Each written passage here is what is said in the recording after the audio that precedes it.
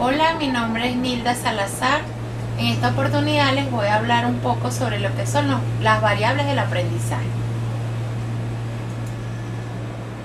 Antes de hablar de las variables debemos hablar de los factores que intervienen en el aprendizaje.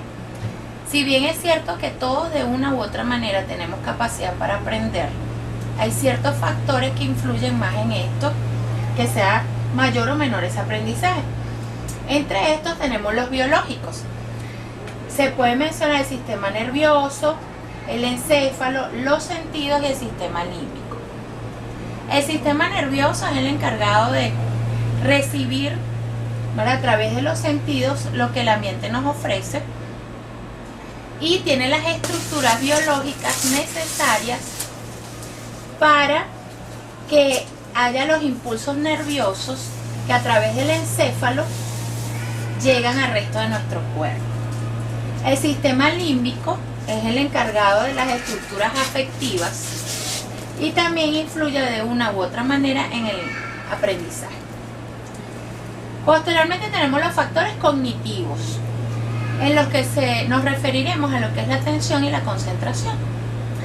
La atención no es más que la capacidad que tenemos todos de dirigir nuestras habilidades mentales hacia un objetivo como tal.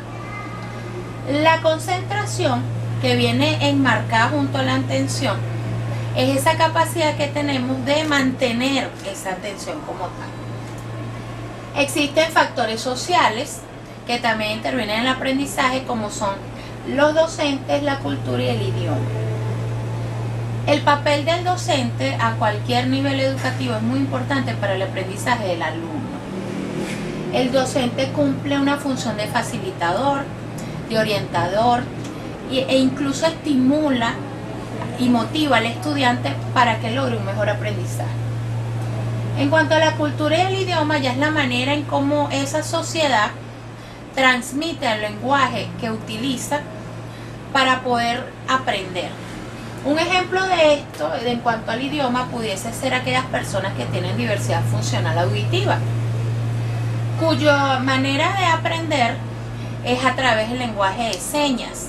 Es diferente, mas sin embargo les ofrece el mismo nivel de aprendizaje que podemos tener nosotros, que utilizamos un idioma ya más auditivo. En cuanto a los factores afectivos, tenemos la familia. La familia, si bien es cierto, es la célula fundamental de la sociedad, también se debe destacar que la familia tiene un alto nivel de responsabilidad en el aprendizaje de los estudiantes o del núcleo familiar como tal, porque, por ejemplo, es mamá la que le va enseñando al niño los valores, es mamá la que le enseña al niño que no bote la basura en la calle, que ordene su cuarto y así sucesivamente. Eso va a producir que en el futuro este niño tenga organización en su vida y que incluso, si vamos al tema ambiental, cuide la naturaleza. Ahora sí, entramos un poco más con las variables que intervienen en el aprendizaje. Hay variables internas que tienen que ver con la persona como tal, o dependen estas variables internas de lo que yo como persona estoy dispuesto a hacer para conseguir y obtener ese aprendizaje. Y las variables externas, que ya tienen que ver con los factores fuera de mí como tal, que influyen en este aprendizaje. Entre las internas, bueno, está la memoria, la disposición al desarrollo, la motivación, la personalidad, la inteligencia, la percepción, la madurez y el olvido. Y entre las variables externas está la práctica, la disciplina escolar, las características del docente, del que hablamos ya un poco, y los materiales de enseñanza. Las variables internas: disposición al desarrollo. La persona debe ser capaz de llevar a cabo la tarea de aprendizaje.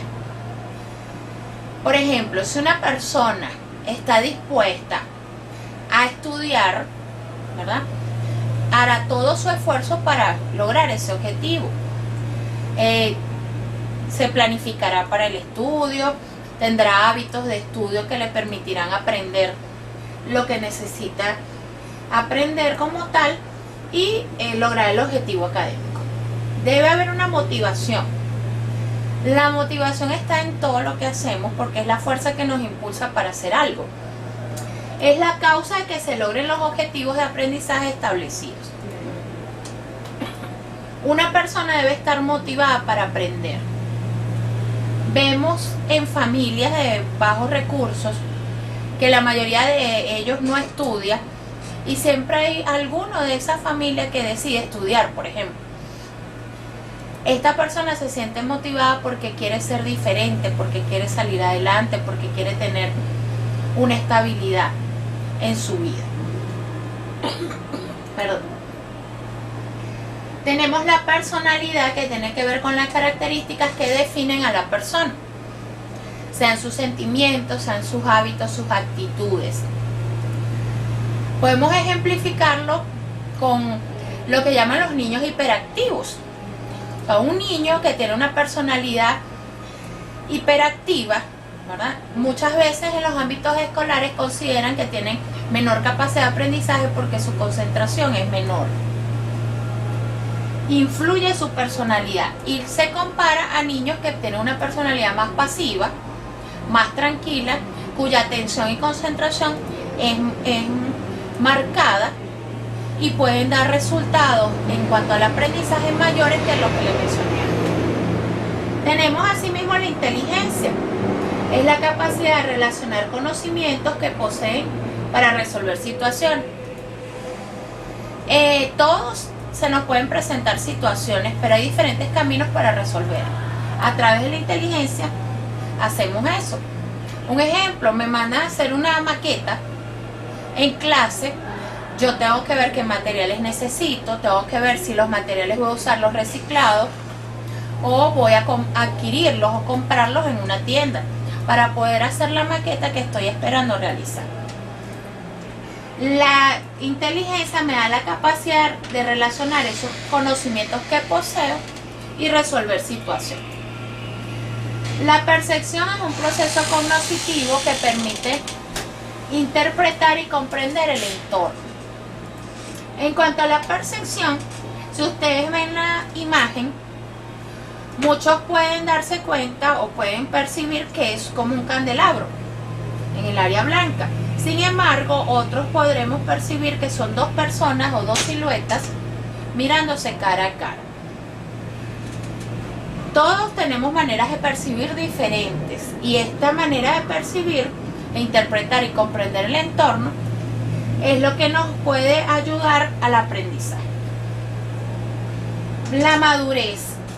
La madurez no solo es una etapa cronológica, sino que también es un estado mental. Se desarrolla a través de situaciones de la vida. Esto lo podemos ejemplificar con esta imagen en la cual aquí tenemos un niño, posteriormente un preadolescente, un adolescente, ya una persona en la adultez temprana y posterior una persona en lo que es la adultez media. Cada una de sus etapas cronológicas implica una madurez mental que le va a permitir desenvolverse en las diversas situaciones de la vida. Siguiendo con las variables internas tenemos la memoria, que es el fenómeno de la mente que permite codificar, almacenar y recuperar información. Un ejemplo de esto que vemos frecuentemente son las tablas de multiplicar. Las tablas de multiplicar, a través de la práctica, nosotros las llevamos a un nivel donde las codificamos, las almacenamos, para que cada momento de nuestra vida las podamos volver a recuperar esa información. Es muy extraño escuchar personas que se les olvide la tabla de multiplicar para toda la vida. Siempre de una u otra manera queda almacenada la información en esta memoria para ser recuperada posteriormente. Tenemos el olvido, que consiste en dejar de recordar o de guardar en la memoria la información adquirida. Todos en el proceso de aprendizaje realizamos el aprendizaje significativo. Escogemos qué aprender, qué nos llama la atención, qué nos interesa. Y en el olvido, un caso del olvido pudiese ser uno muy común, que son los números telefónicos. A todos de una u otra manera, por agentes que intervienen cuando nos dan un número telefónico, puede que se nos olvide alguno, bien sea porque no lo anotamos, bien sea porque no lo repetimos mentalmente, y sucede que dejamos de recordar esa información. Ahora vamos con las variables externas, que dijimos que son las que están fuera de mi potestad como persona. Tenemos la práctica, aprendizaje y retención, lo que estuvimos hablando en las tablas de multiplicar. Las memorizamos porque las practicamos, porque nosotros podemos escuchar a los niños una y otra vez durante varios días e incluso meses, repitiendo una por una, para que haya esta retención de la información y luego la podamos codificar, almacenar y recuperar. Los materiales de enseñanza ya son las herramientas como le transmitimos a un alumno o a cualquier persona un conocimiento para que pueda ser aprendido. Los juegos didácticos, por ejemplo. Los juegos, a los niños les podemos enseñar en la etapa preescolar los colores a través de dibujos que no tengan ningún tipo de color, para que ellos vayan reconociendo que la piel en el cuerpo, la muñeca, es color carne, el vestido puede ser rosado y así sucesivamente. A la vez que a través de ese juego los hacemos comparar y observar los colores que ellos tienen a su alrededor. La manzana es roja, la pera es verde y así sucesivamente. Tenemos las variables externas, la disciplina escolar, que ya se refiere a las normas y controles escolares, los hábitos de estudio como tal y con lo que la escuela le enseña al estudiante en qué momento y de qué manera debe hacerse o llevarse a cabo el proceso de aprendizaje. Un ejemplo, como ven en la imagen, acá la maestra está castigando al estudiante por una falta de respeto. Una disciplina escolar es prestar atención en clase de los contenidos que se van a copiar, por ejemplo. Las características del profesor, de las cuales les mencioné algunas cuantas anteriormente. Él es el encargado de facilitar el aprendizaje, de dar el material para aprendizaje, de aplicar herramientas como la práctica, pero también debe tener cordialidad, comprensión y respeto para sus estudiantes. Si un docente estimula hacia el aprendizaje, el resultado será positivo. Si el estudiante se siente cohibido, se siente incómodo y amenazado por el docente, su proceso de aprendizaje se verá afectado. Para finalizar, una reflexión: el aprendizaje es un tesoro que seguirá a su dueño a todas partes. Como dije, todos tenemos la capacidad para aprender. Inclusive muchos tildan a las personas con diversidad funcional que no pueden hacerlo, a los autistas que no pueden hacerlo, pero todos podemos. Muchos a nuestra manera, porque para eso algunos somos visuales, otros kinestésicos, otros auditivos. Algunos tienen enfermedades genéticas que no les permiten aprender en igual medida que nosotros, pero a nuestra manera y a su manera. En el caso de las personas con diversidad funcional, todos indiferentemente podemos aprender, siempre que tengamos esas variables externas que nos favorezcan, para que nuestras variables internas, como la motivación, por ejemplo, nos impulsen para lograr ese aprendizaje que siempre estará con nosotros. Gracias por su atención.